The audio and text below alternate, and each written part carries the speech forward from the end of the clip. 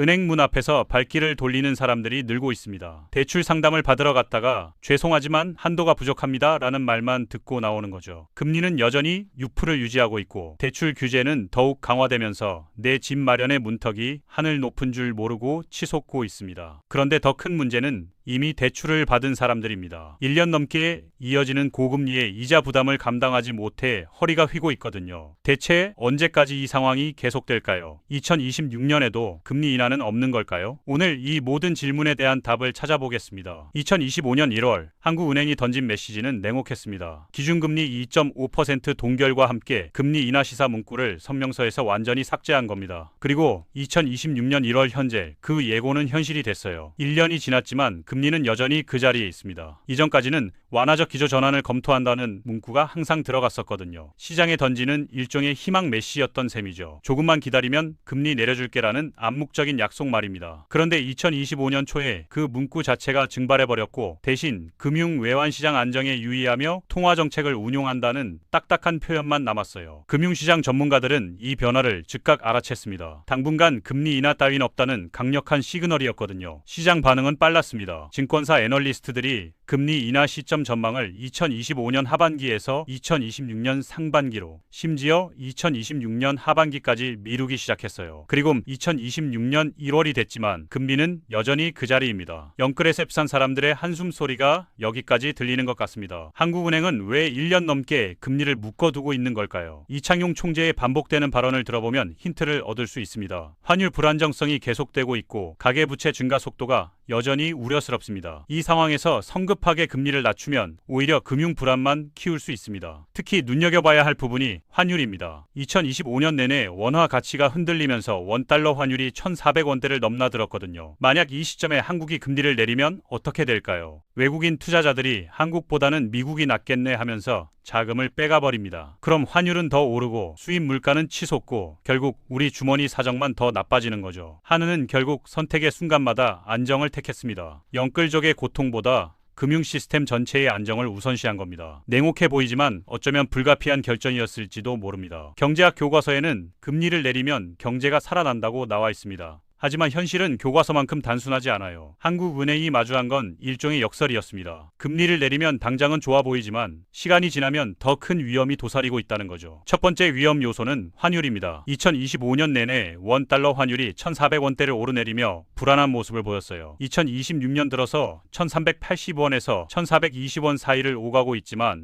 여전히 불안한 상황입니다. 왜 환율이 이렇게 높냐고요? 미국과의 금리 차이 때문입니다. 지금 미국 기준금리는 4.25%에서 4.50% 수준인데 한국은 2.5%거든요. 거의 2%포인트 차이가 나는 겁니다. 이 정도 격차면 투자자 입장에선 당연히 미국에 돈을 넣는 게 이득이죠. 그래서 외국 자본이 한국을 빠져나가고 원화 가치가 떨어지는 겁니다. 만약 한은이 지금 금리를 0.25%포인트만 낮춘다고 생각해보세요. 격차는 2.25%포인트로 더 벌어집니다. 외국 자금 이탈은 심해지고 환율은 1,500원도 넘볼 수 있어요. 환율이 오르면 수입 물가가 상승하고 결국 우리가 먹는 빵, 입는 옷, 타는 차의 기름값이 다 올라갑니다. 금리는 내렸는데 물가는 오르는 기현상이 벌어지는 거죠. 두 번째 위험 요소는 가계부채입니다. 한국의 가계부채가 2025년 말 기준으로 약 1,950조 원에 달한다고 합니다. GDP 대비 105센트를 넘는 수치예요. 이미 위험 수위를 훌쩍 넘은 상태입니다. 그런데 금리를 낮추면 어떻게 될까요? 사람들이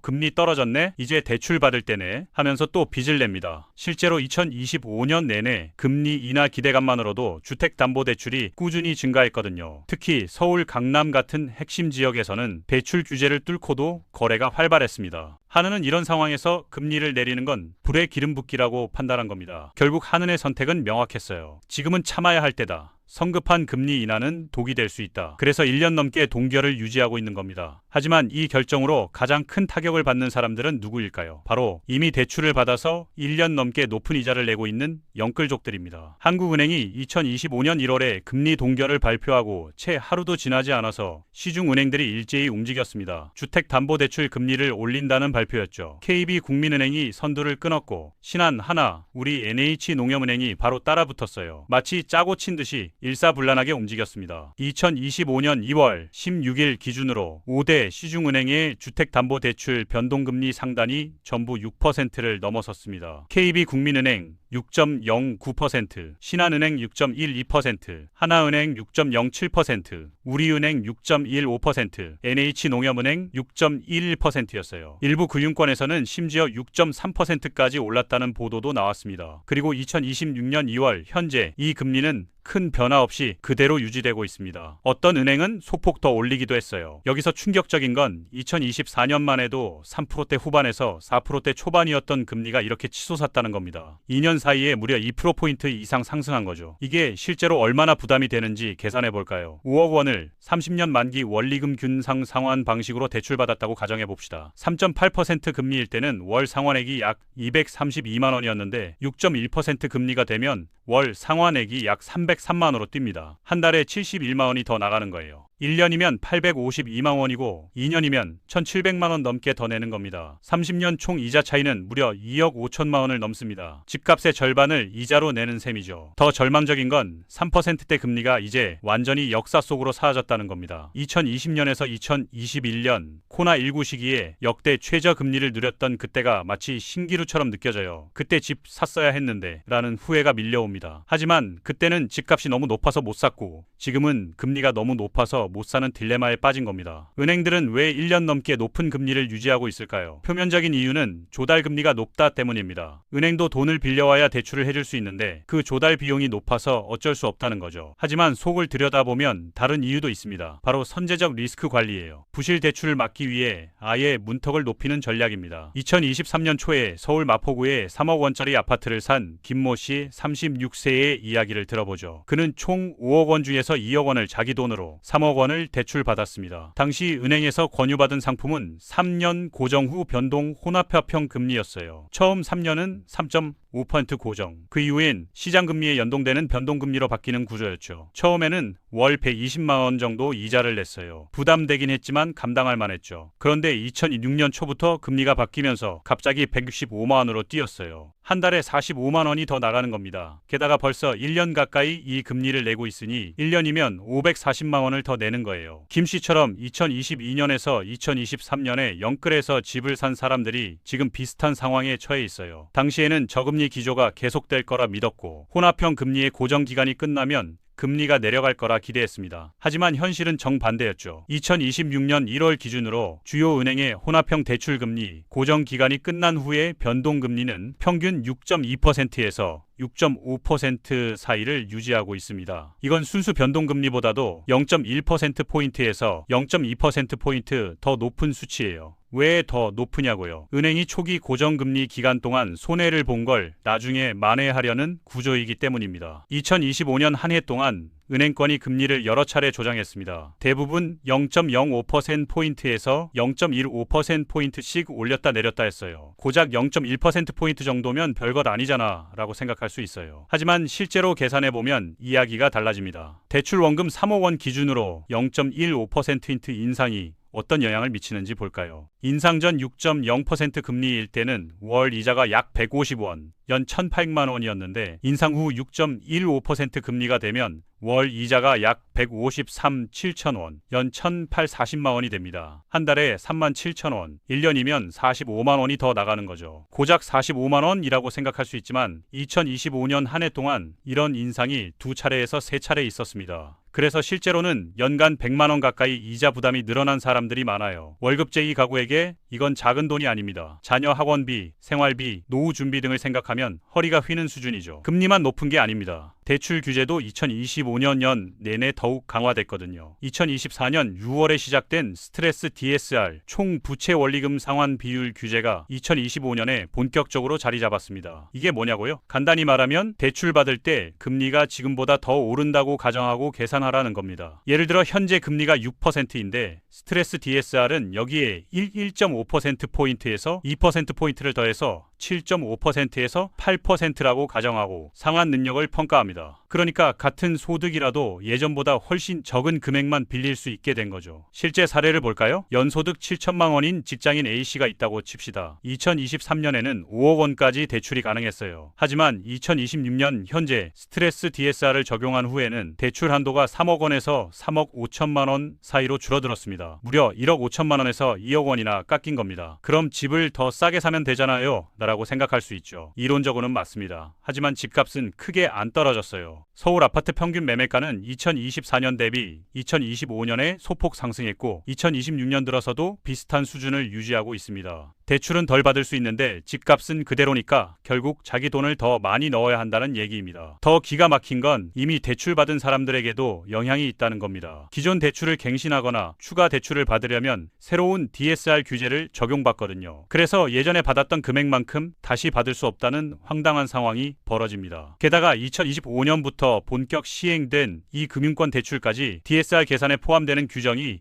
2026년에는 더욱 엄격해졌습니다. 신용카드 할부, 캐피탈 대출, 저축은행 대출 등등 모든 빚이 다 합산되는 거예요. 예전에는 1금융권 대출만 보고 계산했는데 이제는 이 금융권 빚도 다 들춰집니다. 이쯤 되면 대출을 아예 막으려는 건가 싶을 정도입니다. 실제로 금융당국의 속내는 과도한 대출을 억제해서 가계부채 증가를 막겠다는 거예요. 표면적으로는 맞는 말입니다. 빚이 너무 많으면 금융위기 때 위험하니까요. 하지만 실수요자 입장에서는 답답할 노릇이죠. 집 한 채 사려고 하는데 왜 이렇게 어렵게 만드냐는 불만이 쏟아집니다. 특히 신혼부부나 사회초년생처럼 소득은 적지만 주거 안정이 절실한 사람들에게는 너무나 높은 벽입니다. 한국금융연구원의 박모 연구위원은 이렇게 말합니다. 2026년 상반기에는 금리 인상 가능성은 낮습니다. 하지만 인하도 쉽지 않을 겁니다. 대부분의 전문가들이 비슷한 의견이에요. 현재 시중은행 주택담보대출 금리가 6%대에서 안정화된 만큼 추가로 급등할 가능성은 제한적이라는 거죠. 하지만 동시에 하락 가능성도 낮다는 게 문제입니다. 왜 그럴까요? 한국은행의 기준금리 동결 기조가 여전히 이어지고 있기 때문입니다. 환율 불안과 가계부채 리스크가 여전히 남아있거든요. 한은은 26년 상반기까지는 2.5%를 유지할 가능성이 높다는 게 전문가들의 분석입니다. 미국 연준의 금리 정책도 여전히 변수입니다. 미국은 2024년 하반기부터 금리를 낮추기 시작했지만 2025년 내내 인하 속도를 매우 늦췄어요. 인플레이션이 예상보다 끈질기게 버티고 있기 때문입니다. 2026년 들어서도 미국의 인하 속도는 더딥니다. 만약 미국이 금리를 빠르게 내리지 않으면 한국도 따라 내릴 수 없습니다. 금리 격차가 벌어지면 환율이 폭등하니까요. 은행들의 조달금리 부담도 여전합니다. 은행은 예금으로 돈을 모아서 대출을 해주는데 그 예금 금리도 높거든요. 2026년 1월 기준으로 1년 정기 예금 금리가 평균 3.3%에서 3.5%대입니다. 은행 입장에서는 3.4% 정도의 돈을 빌려와서 6%에 빌려주는 구조죠. 여기서 마진 이자 차이는 약 2.6%포인트입니다. 언뜻 많아 보이지만 은행도 운영비, 부실 충당금 등을 고려하면 빠듯합니다. 그래서 조달금리가 내려가기 전에는 대출금리도 쉽게 못 내리는 거예요. 조달금리가 내려가려면 하는 기준금리가 내려가야 하는데 그게 안 되니까 악순환입니다. 그럼 희망은 없는 걸까요? 완전히 없지는 않습니다. 일부 증권사 애널리스트들은 2026년 하반기쯤 되면 환율이 안정되고 미국도 금리를 추가로 낮출 가능성이 있다. 그때 한은도 0.25포트 정도 인하할 수 있다고 전망해요. 하지만 이것도 낙관적인 시나리오일 뿐입니다. 최악의 경우에는 2027년 초까지 금리 동결이 이어질 수도 있어요. 실제로 일부 보수적인 전망에서는 2026년 하반기에서 2027년 초가 돼야 첫 인하를 볼 수 있다고 말하기도 합니다. 결론적으로 2026년 한 해 동안도 금리는 동결 또는 제한적 조정 구간에 머물 가능성이 큽니다. 대출자 입장에서는 2년 넘게 높은 금리가 계속된다는 거죠. 이게 바로 영끌족들이 가장 두려워하는 시나리오입니다. 금리가 높은 상태로 오래 버티면 이자 부담이 누적되면서 원금 상환은 더욱 요원해지니까요. 많은 분들이 절망감에 빠져 있을 겁니다. 하지만 손 놓고 있을 수는 없어요. 지금이라도 할 수 있는 일들이 분명히 있습니다. 당장 실천할 수 있는 전략을 알려드릴게요. 대출 구조를 재점검하세요. 지금 받고 있는 대출이 변동금리인가요? 혼합형인가요? 고정금리인가요? 만약 변동금리라면 금리 동결 국면이 장기화되는 상황에서도 계속 노출돼 있다는 뜻입니다. 일부라도 고정금리로 전환하는 걸 고려해야 해요. 물론 고정금리가 지금은 조금 더 높지만 2026년 하반기에서 2027년까지 금리가 안 내려갈 가능성을 생각하면 장기적으로 안정적입니다. 혼합형출을 받았다면 고정 기간이 언제 끝나는지 확인하세요. 만약 올해 안에 끝난다면 변동금리로 전환되기 전에 미리 다른 은행으로 갈아타는 것 대환 대출도 방법입니다. 요즘 은행들이 고객 유치를 위해 우대금리 이벤트를 하는 경우가 있으니까 발품 팔 가치가 있어요. 여유 자금이 있다면 원금 상환을 고려하세요. 이자율 6%면 사실상 원금을 갚는 게 가장 확실한 수익률 6% 투자입니다. 주식이나 펀드에 투자해서 연 6% 수익을 내기 쉽지 않거든요. 리스크도 크고요. 하지만 대출 원금을 갚으면 확실하게 6%의 이자 부담을 줄일 수 있습니다. 예를 들어 여윳돈 1,000원이 있다면 이걸 적금에 넣으면 연 3% 정도 이자를 받습니다. 하지만 대출 원금을 1,000만 원 갚으면 연 6%의 이자를 절약하는 거예요. 어느 쪽이 이득인지 명백하죠. 물론 비상금도 필요한데 다 갚아버리면 어떡하냐는 우려도 있습니다. 맞아요. 최소한의 비상금, 월 생활비 3개월에서 6개월치은 남겨두고 그 이상의 여윳돈만 원금 상환에 쓰는 게 좋습니다. DSR 관리를 철저히 하세요. 2026년 현재 이 금융권 대출까지 DSR에 포함되는 규정이 완전히 정착됐습니다. 신용카드 할부, 캐피탈 대출, 마이너스 통장 등 숨어있던 빚들이 다 드러나요. 이게 총 DSR 40%를 넘으면 추가 대출이 막힙니다. 지금 당장 본인의 모든 대출을 리스트업 해보세요. 은행 앱에서 나의 신용 조회를 하면 모든 대출 내역이 나옵니다. 그걸 보고 불필요한 대출, 특히 고금리 대출부터 정리하세요. 예를 들어 캐피탈 대출 금리가 10%라면 은행 대출로 갈아타서라도 금리를 낮추는 게 이득입니다. 심리적 준비를 하세요. 이게 가장 중요할 수도 있어요. 2026년 한 해도 금리는 쉽게 안 내려갑니다. 이 사실을 받아들이고